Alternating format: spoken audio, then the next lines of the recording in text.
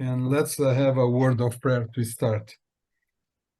Heavenly Father, we ask you to be with us during this presentation about the Adventist health message, the message that you gave to us, but not just to us, but for us to use to the community and to the world. Open our minds for us to understand and to follow that, and open the ways for us to share this with people that need, in order to help their struggles with health. We know that this world is sick, but you have a message for them to be healed. And we might be instruments on that, but use us for that, and be with us during this presentation. In Jesus' name, amen. Okay, so let's go there. Share screen.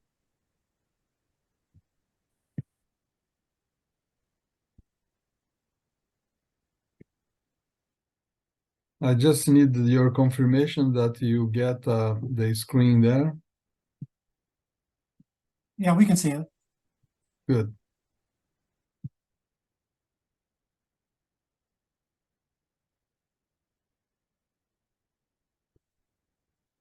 Okay. There you go.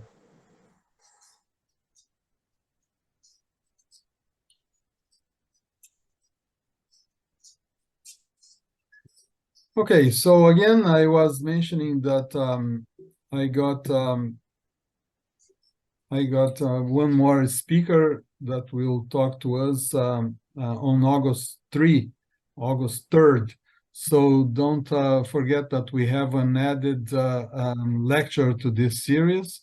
So next week is going to be Dr. Murillo from Montemorelos, and August 3, Dr. Bill Andres, a former professor at at La Sierra University.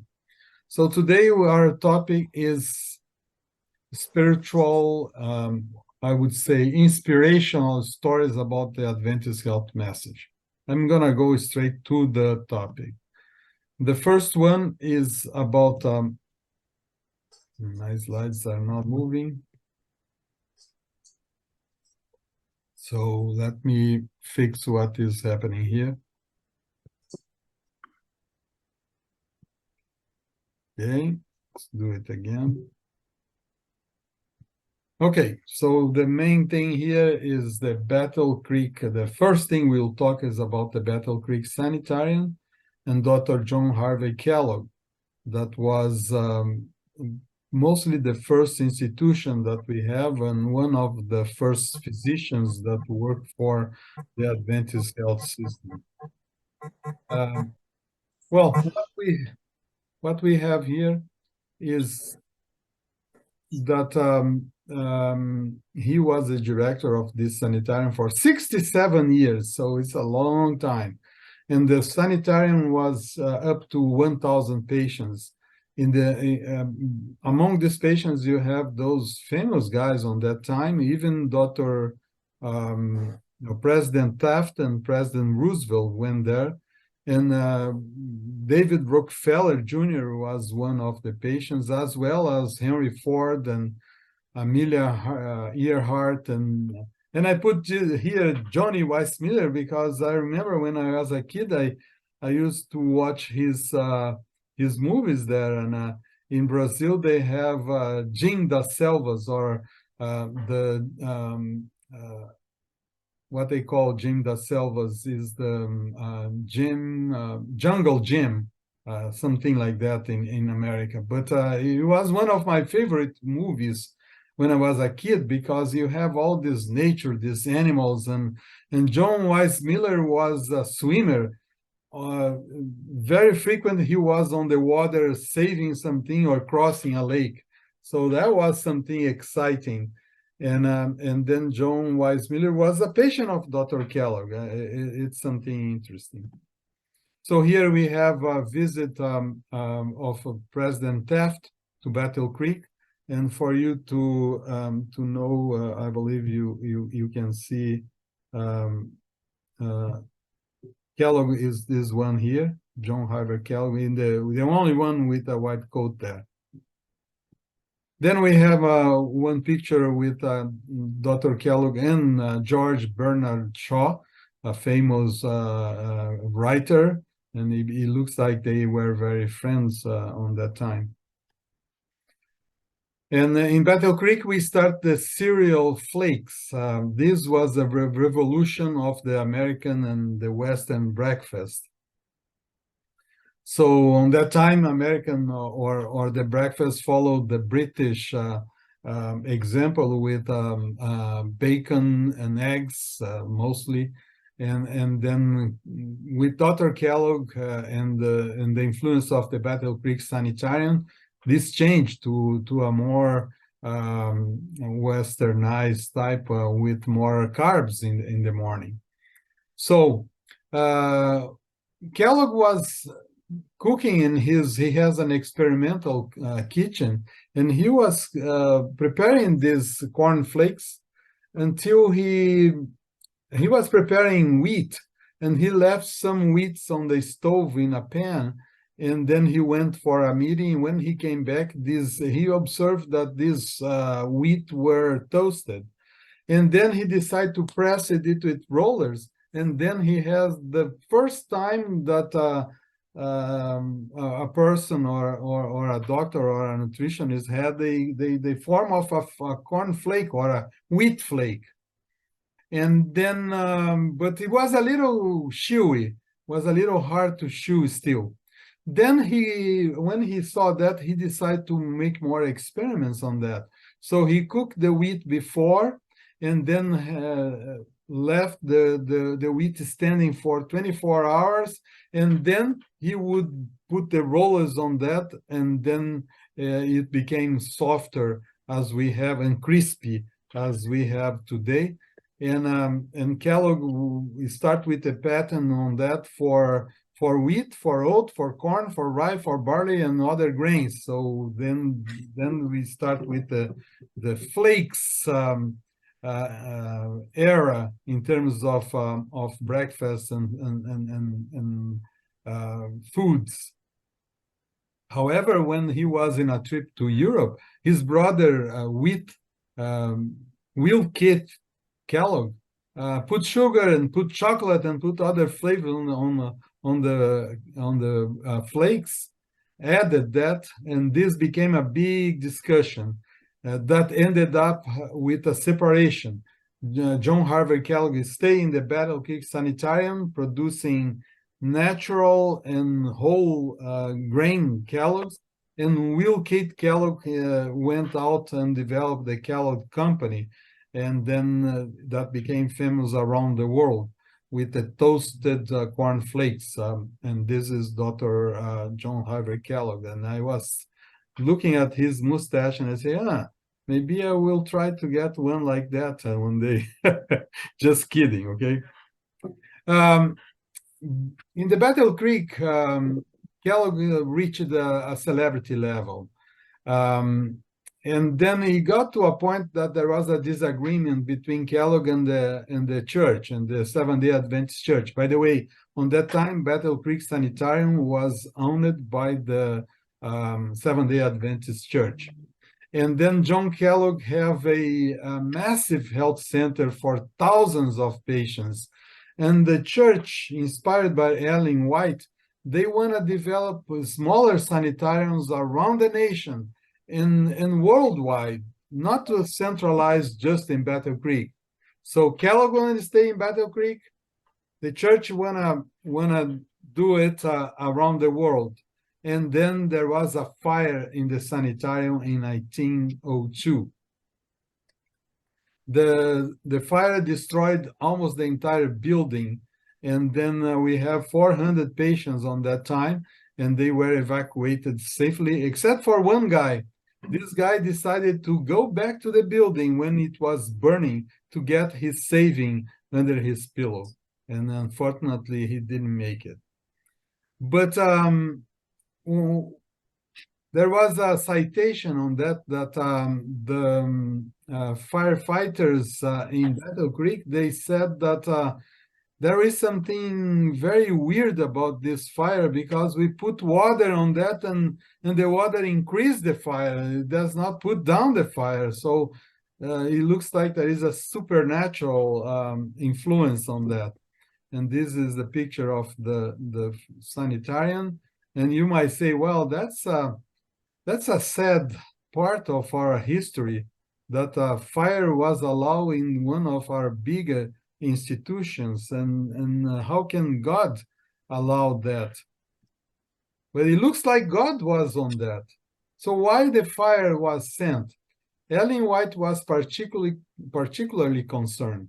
She saw the fire as an intervention of God, that God was saying, well, we don't want a sanitarium to be a Hollywood style. Okay, I put Hollywood now, but a grand hotel or a big resort atmosphere, and have all celebrities in the world. That's not the function of our sanitariums.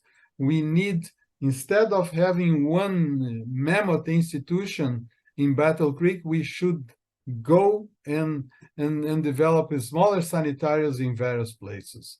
And that's why she believed that God intervened. Otherwise, they would stay in Battle Creek, as Dr. Kellogg stayed until 1930. Kellogg stayed in the sanitarium, and the history of the sanitarium was not good, because then in 1930s they kind of went bankruptcy, and then after that, Dr. Kellogg died, and the sanitarium was bought by the government. They start there a FBI center, and then until the buildings are still there, but it went nowhere. On the other hand, we have hundreds of other sanitariums or hospitals that were developed around the world with the same group that started Battle Creek. But because when the fire came, Kellogg wanna continue building that, and then he rebuilt the sanitarium, but then he separated from the church. Then we go to what they call the Moundy Lodge, that was in Loma Linda. And then later on, this lodge was changed the name to Loma Linda Sanitarium, and then Loma Linda Hotel, that was owned by some investors in Los Angeles that want to develop a big resort for health, and because Loma Linda on that time was a very good healthy city, and has a lot of orange trees and other trees, and plenty of water. So if you know Loma Linda today, we don't have much water, but on that time, water was, I believe they have even creeks. I don't know if anybody can confirm, because it was more than 100 years ago. But I believe there was, when we see some areas in Loma Linda and Hulda Crooks, we have the idea that, hey, it looks like one day they have water running here. Well, Loma Linda was started in 1905. The Adventist Church, after being done with Battle Creek Sanitarium, we start looking at properties to start sanitariums in other areas. So in Southern California, they bought two. They bought the Glendale Adventist Hospital, that is still there today, and the Paradise Memorial Hospital in San Diego. That is not with us anymore, but I'm going to go back to the Paradise with another story that I have to tell you when we get to the presentation later. So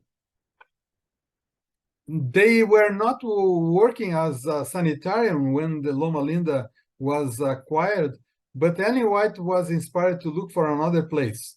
And then the Loma Linda Hotel was put for sale in 1905 and had 76 acres.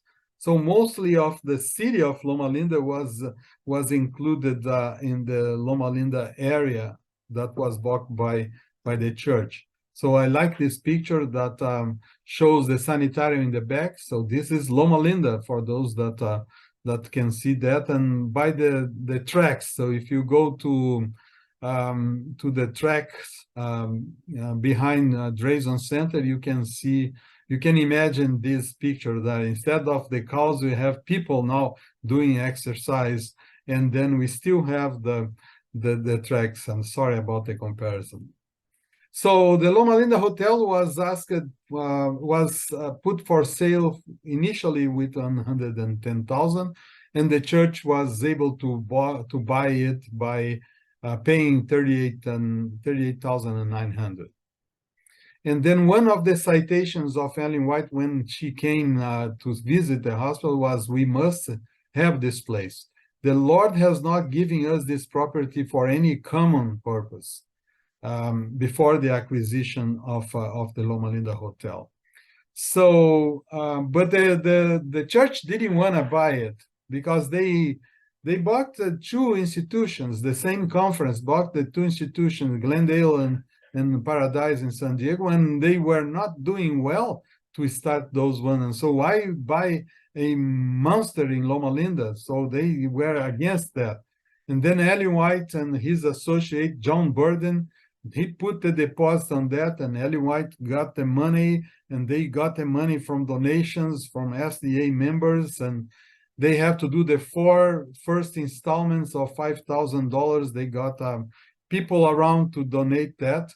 Even the daughter of General Harrison Gray Otis, that was the founder of Los Angeles Times, he donated $10,000, or she donated $10,000. I could not find her name on the books that I checked.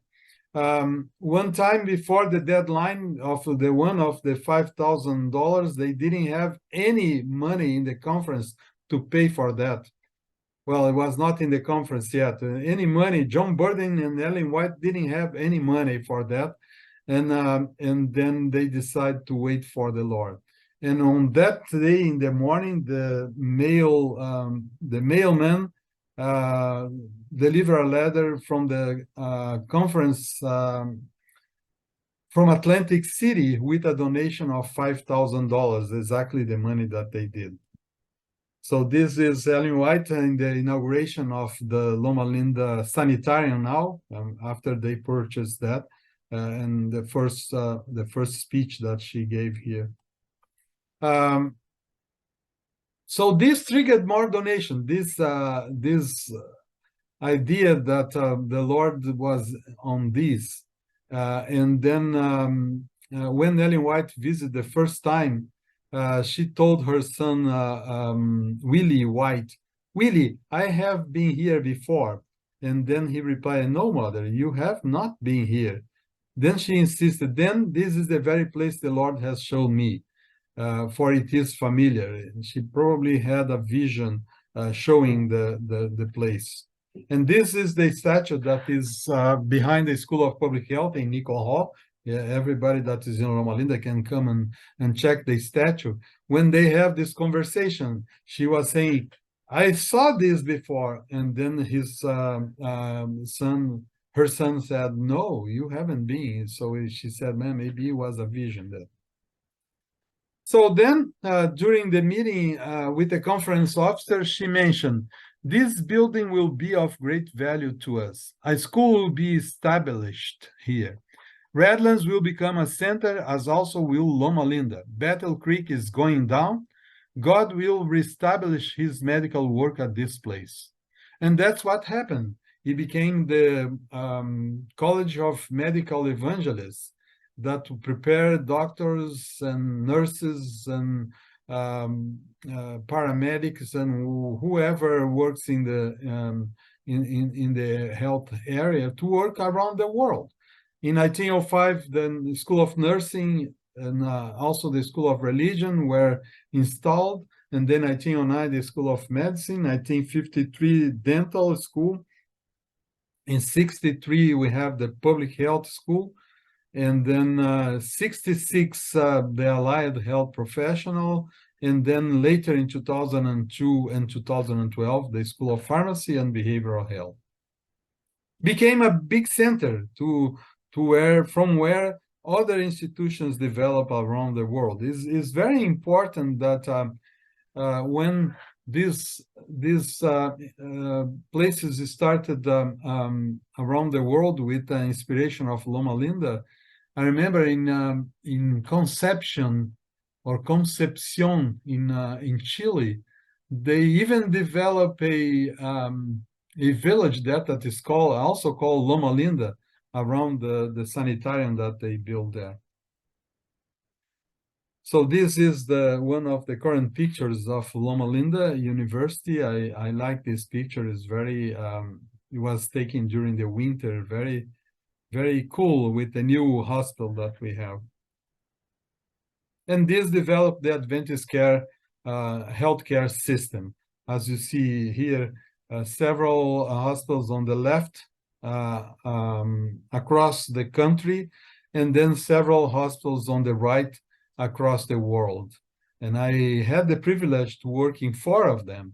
Initially I work in São Paulo Adventist Hospital in Brazil, and then in the Natural Adventist Clinic in Brazil, that I'm going to talk about that. And then when I came to Loma Linda, I worked for the Loma Linda Medical Center. I was a phlebotomist there. And then I worked for the Hong Kong Adventist Hospital in China as a director of the community health programs for the hospital. So this is the Natural Life clinic in Brazil that I was a worker. I was a director there for 6 years before coming to Loma Linda. And this is the one that I'm talking about, Paradise Valley. Paradise Valley is in San Diego. And then when the church was approached, there was a problem. To buy this, there was a problem with water. And then there was no water in the area. And then the price was dropped for $4,000. Can you imagine that? Loma Linda was purchased by $40,000, and this one is bought by $4,000, and also has a lot of acres, 54 acres. Remember, Loma Linda has 76 acres, so it was not much difference, but the price was very low. And then Ellen White purchased the hospital without the approval from the conference. But in 1910, the conference bought it. But Ellen White was secured by God that there was enough water in the land. And then this is a postcard of what happened to the hospital later on. But this is a story of the guy that was about to dig the hole, the well, and then he was doing that, but they could not find water. And then there are several versions of this story, and it looks like Salene Hamilton asked Ellen White, "Hey, we don't find water." And then she told him, "You have to go to that place, and that's the place that you will find water, inspired by God." And then they find water at 98 feet. And then water is found in that place until now. We have this plaque in front of the Paradise Valley Hospital that is not from the church anymore, was sold in 2006. But you have this written here. One day when you visit San Diego, you can check the one that saying that the well still have water. Of course, they use the water from the city now, but the well still has water. Here is a more recent picture of the Paradise Valley Hospital. Then we go to Brazil.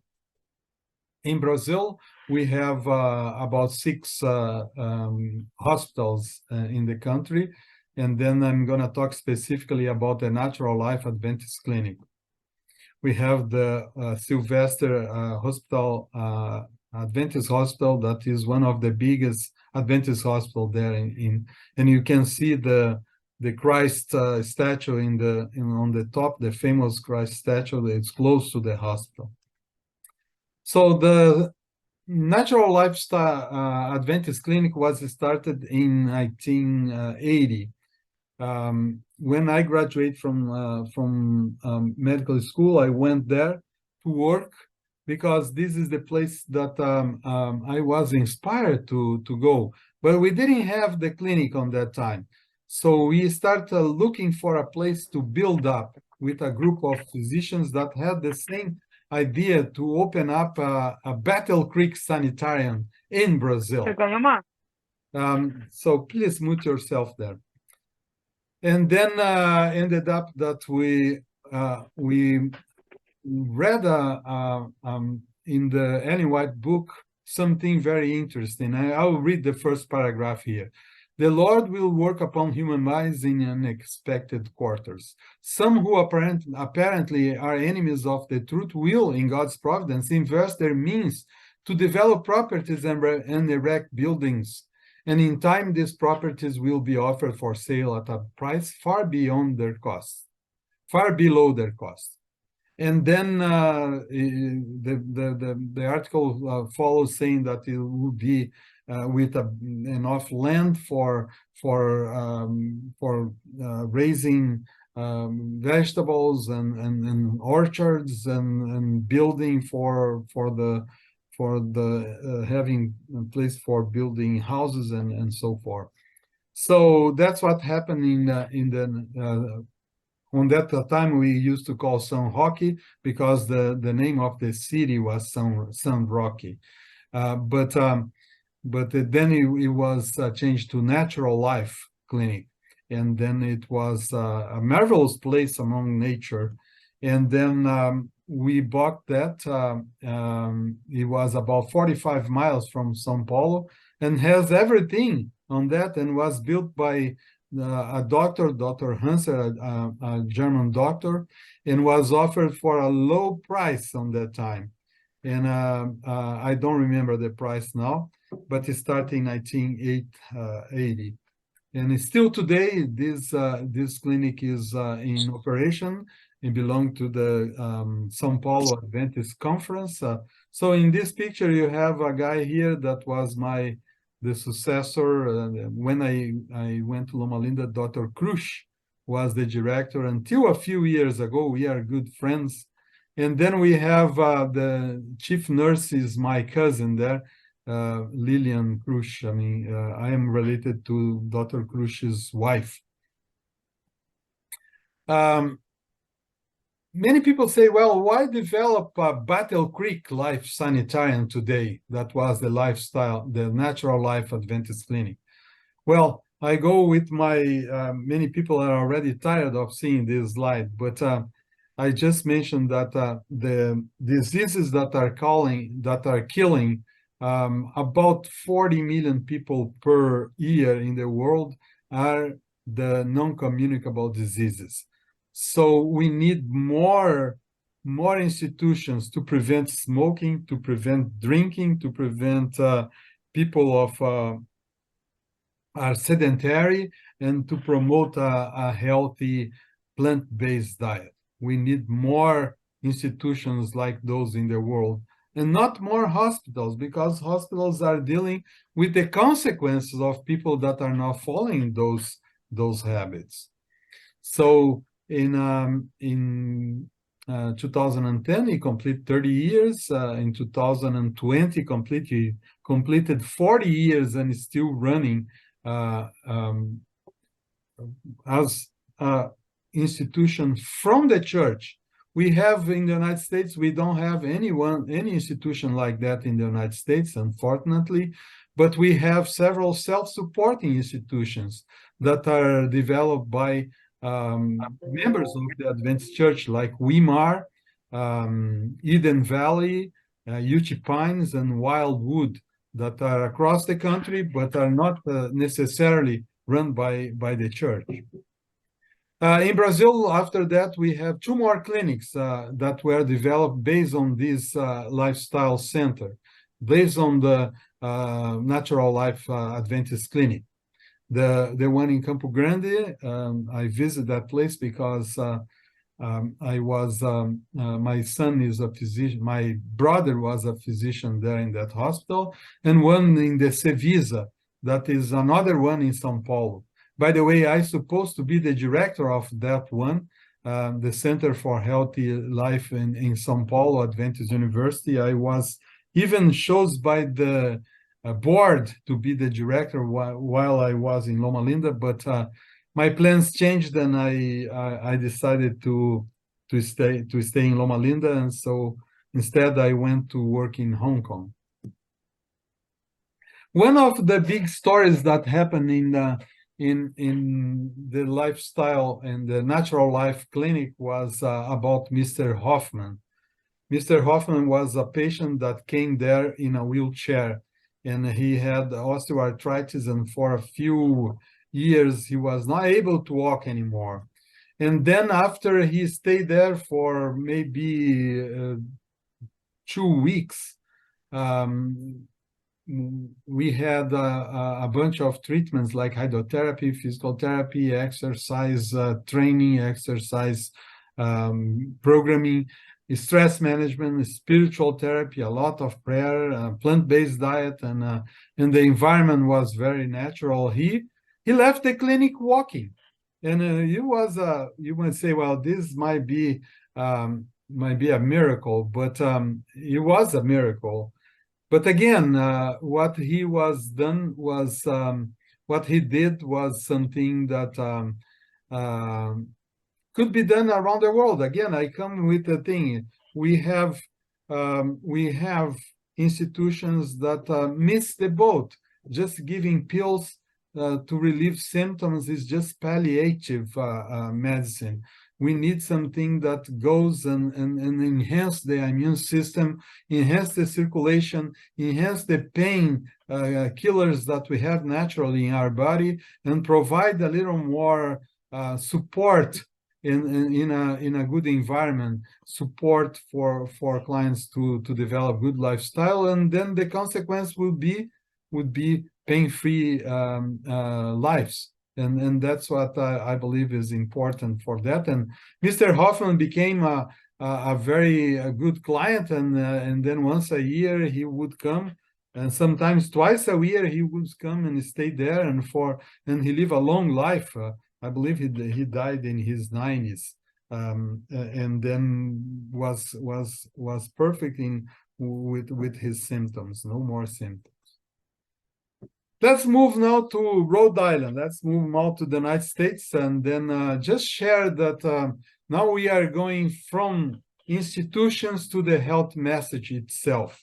What can the Adventist health message do for people in the community? And that's illustrated in this story. There was a member in the Seventh-day Adventist Church in Rhode Island that was very into health outreach. And then he became friend with an evangelical pastor, probably a Pentecostal church. And then during one visit to that pastor, he was introduced to the pastor's wife. And the pastor's wife was so sick that she said, well, sorry, I cannot entertain much conversation. I'm going to number 9 surgery of ovary cysts. And I'm so painful right now that I cannot talk. Well, the lay member, he was not a nurse, he was not a physician. He said, well, maybe we could help. And then maybe you could, I'll give you some advice if you allow me. And then he gave her some books. He talked about the vegetarian diets, and he talked about a detox diet, and then mention about staying a little more on the plant-based diet with anti-inflammatory food. So the wife accepted this. So with a painful situation that she had, she said, well, I'm set up for the surgery in about 10 days, so I think I can do that. So what happened? She went through the detox diet, only eating fruits and vegetables and smoothies for about 1 week. And then the pain disappeared.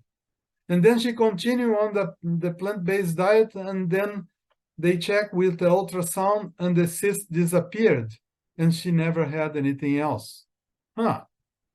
So a few months later, the pastor had an accident, and then a log, he was cutting a tree, and the tree fall on his, sorry, not in, on his head. And then he became, he went to the hospital, and then there was a lesion, a brain lesion, and the doctors told him, you have to control, you have to use this medicine to control your pain and to prevent seizures. You might have seizures after you have this brain lesion. Well, our lay member, SDA health concerned person went there, and then he told the pastor, well, would you like to try the same thing we did for your wife? And they did, and he did. And the pastor never need the medication. So you can imagine how many people are dying today because of opioid overdoses.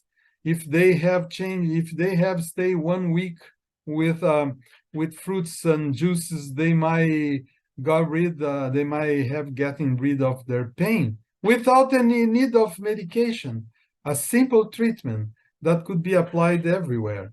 The power of anti-inflammatory agents. So in my class, I keep telling my students, hey, prescribe those.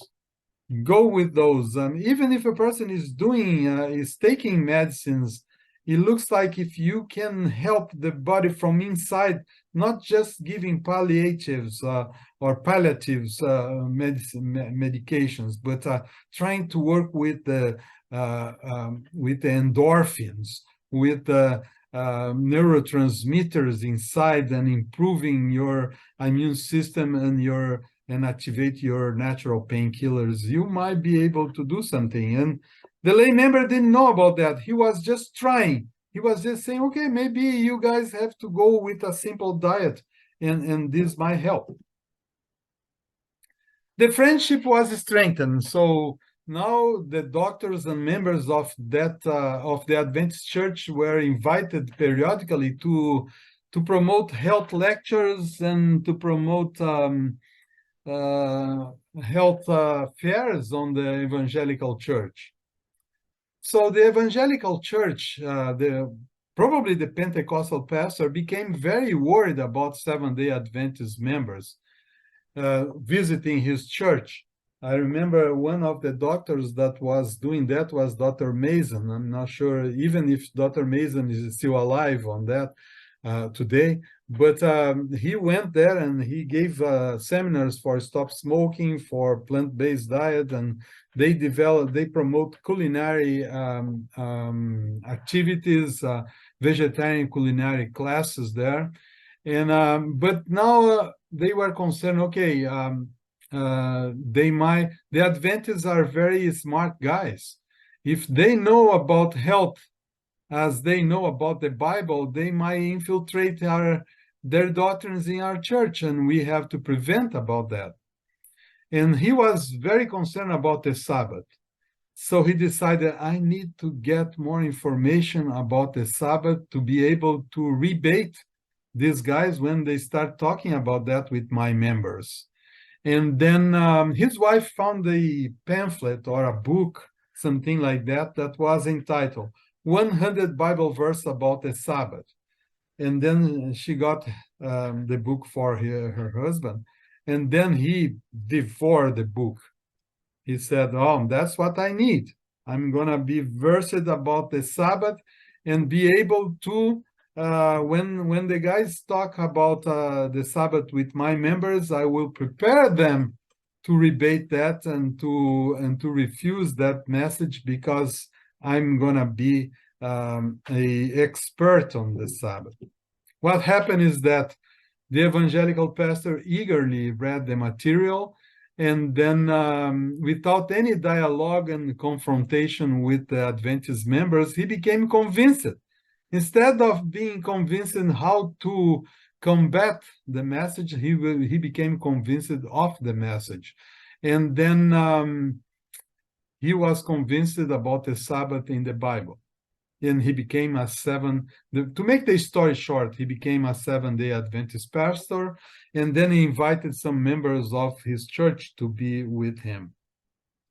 And then I will mention something here that about the Sabbath is many people consider the Seventh-day Adventist church as a cult, because we don't follow most of what the other churches or Christian churches follow. That is the worship on Sunday. And then say, why? How come you go with Saturday? I mean, or Sabbath? I mean, this is not the common thing. And for that, we are accused to be cults. But if you go to the Bible, I believe cults are the ones, at least in the Christian definition of cults, would be the ones that develop doctrines that are not based on the Bible and that are completely or weird to the Bible or completely off what the Bible says. And in that case, which churches would be considered cults? If you go to the Bible, for instance, if you go to the Bible and check about the Sabbath, you will see that there is no mention in the Bible whatsoever that we should adore or worship in another day except in the Sabbath. Some people mention, well, it could be that the Sabbath was created only for the Jews, and then the Old Testament is prevailing. But when Jesus came, he abolished the law and abolished the Sabbath. So now we don't need to do the same. So we can adore in any days that we want. And the church started to adore, to worship on Sunday, and that's what happened. But there is no evidence for that whatsoever. Jesus Christ, while he was on earth, he mentioned that he was the Lord of the Sabbath. He didn't say he was the Lord of the Sunday. He was the Lord of the Sabbath. And also when he was around, he never changed it. He never changed it. And then when his church followed through the doctrines about the first apostolic church, all of the apostles and the church until the year 300 were still following the same Sabbath. And so I think some of you should mute. I cannot mute now, but please mute yourself now. I'm almost done, okay? So don't worry about that. So and then we know that the Sabbath was changed in the about the year 300 by Constantine, the Emperor Constantine of the Roman Empire, and then later on the church adopted that, and then it became Sunday worship instead of Saturday worship. So we believe that still Sabbath is the way to go. And again, I mentioned that if you base on the Bible, you don't find another day of adoration. So in that case, you cannot accuse the Seventh-day Adventist Church as a cult, because we are more right than many other churches that are not following the Bible by itself. Another point here is that many people, even Adventists, mention that, hey, Jesus ate fish. Why should I be vegetarian? And then when Ellen White got the message about being vegetarian and go as vegetarian, and I mentioned this in my former lecture last week, she mentioned that we should go back to the original diet. And that's the point that God was making here. And Jesus Christ was making here was not even, it was the Son of God that was saying, hey, we need to go back to the vegetarian diet as we have in the beginning.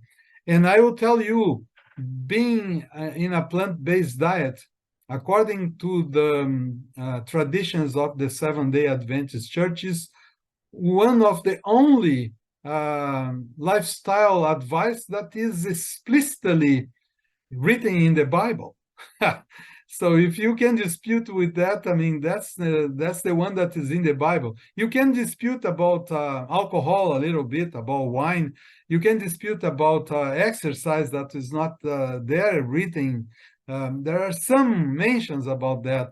You can dispute about smoking that is not in there, but you cannot dispute about the vegetarian diet because this was the first advice given to human beings, the first diet instruction given to human beings. Okay, so now we get to the reasons for the Adventist health message. So the reasons, the main reason, the first reason was health for the church. Remember, 50% of the church members were dying before the age of 30. Can you believe that? Is a church that should not be alive today if this was going to continue. I didn't mention that, but many other churches survived on that time because people are dying everywhere. But if you consider the Catholic Church, the Baptist Church, the Methodist Church, they have thousands of members. The Adventist Church was started on that time with a few members. And then if we didn't have a message to prevent their death, this church would be bankrupted in a few years.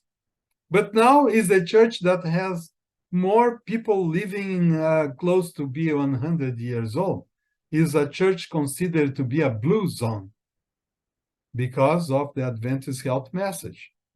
But God did not give this Adventist health message just for us.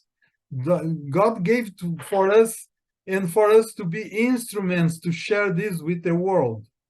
I'm happy that one day the World Health Organization, I believe was 5 or 10 years ago, that they got a meeting in Geneva, that is the headquarters, world headquarters of the World Health Organization, and invited the members of the Adventist Church, the leaders, the health leaders of the Adventist Health Church. I know because a few friends of mine went there. I think the dean of the School of Public Health and Dr. Jake Job and Dr. Dijak, or a few members, a few leaders of the School of Public Health went there to this meeting, and of course on that time was Dr. Handisides and Dr. Landless. They were present on there because the World Health Organization wants to hear from us how can the Adventists support the diseases that are killing 40 million people per year.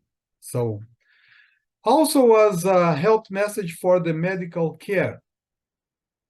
Today, fortunately, the medical care is awakened on that.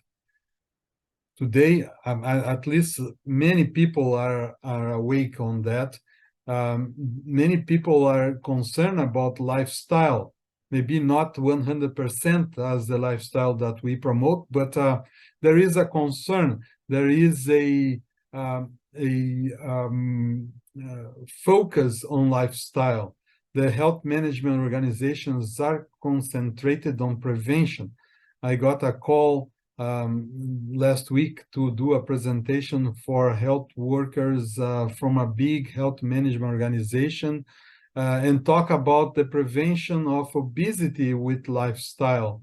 And the guy said that they need to train their professionals more and more and more in prevention, and because that's the way to go. And then I asked more information about how the health management organization was set up, and this was a capitation company. That means that they get the clients, they get a paying for the clients, and then they have to provide health for this client with the medical services. So in that case, if they promote health prevention education, they will have less money.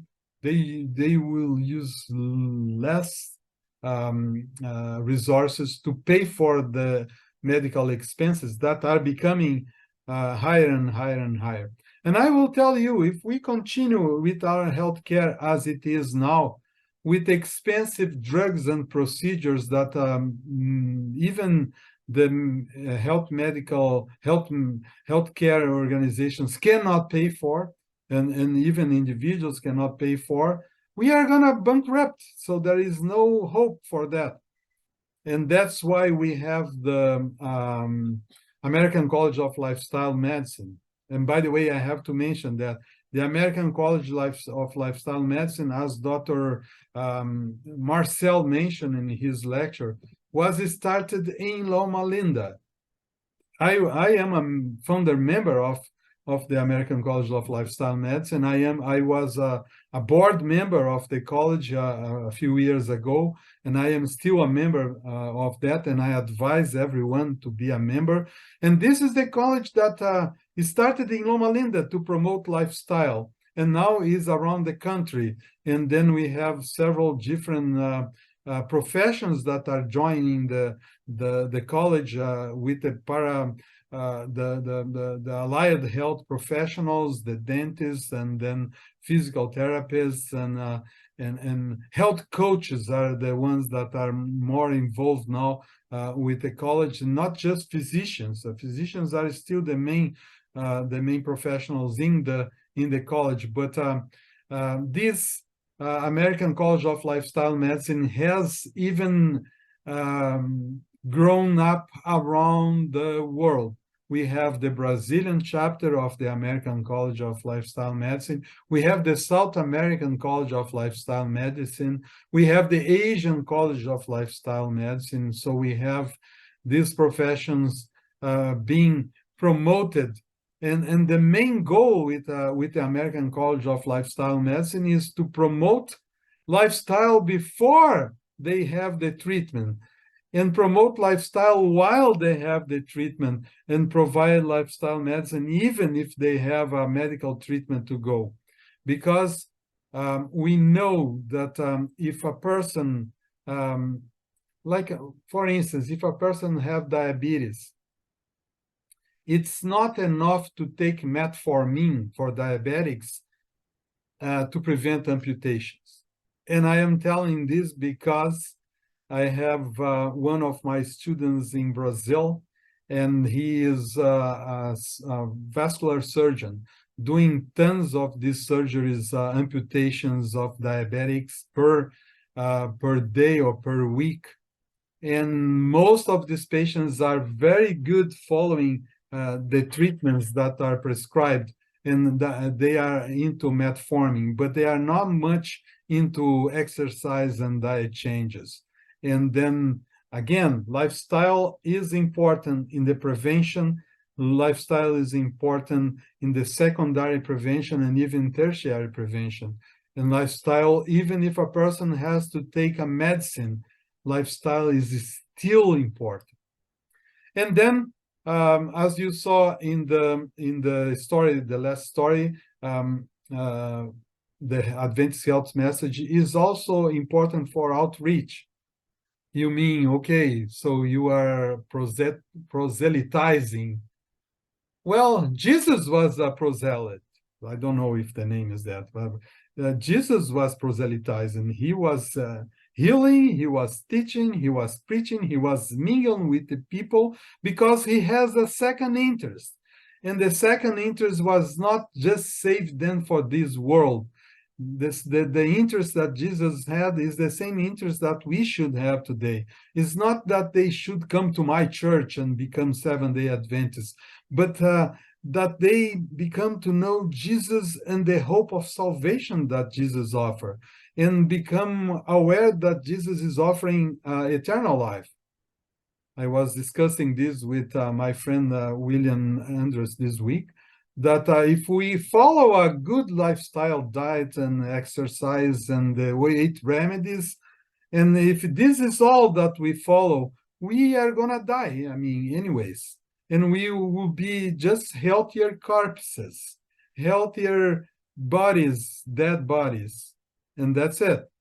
But that's not the important part here. The important is that once you go on a healthy lifestyle, your spirituality will be open.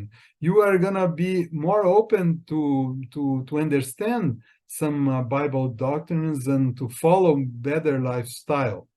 It's like it's simple like that. You are you drink every day, or you are an alcoholic, and then your perception of Jesus and spirituality is kind of blurred because alcohol affects your mind.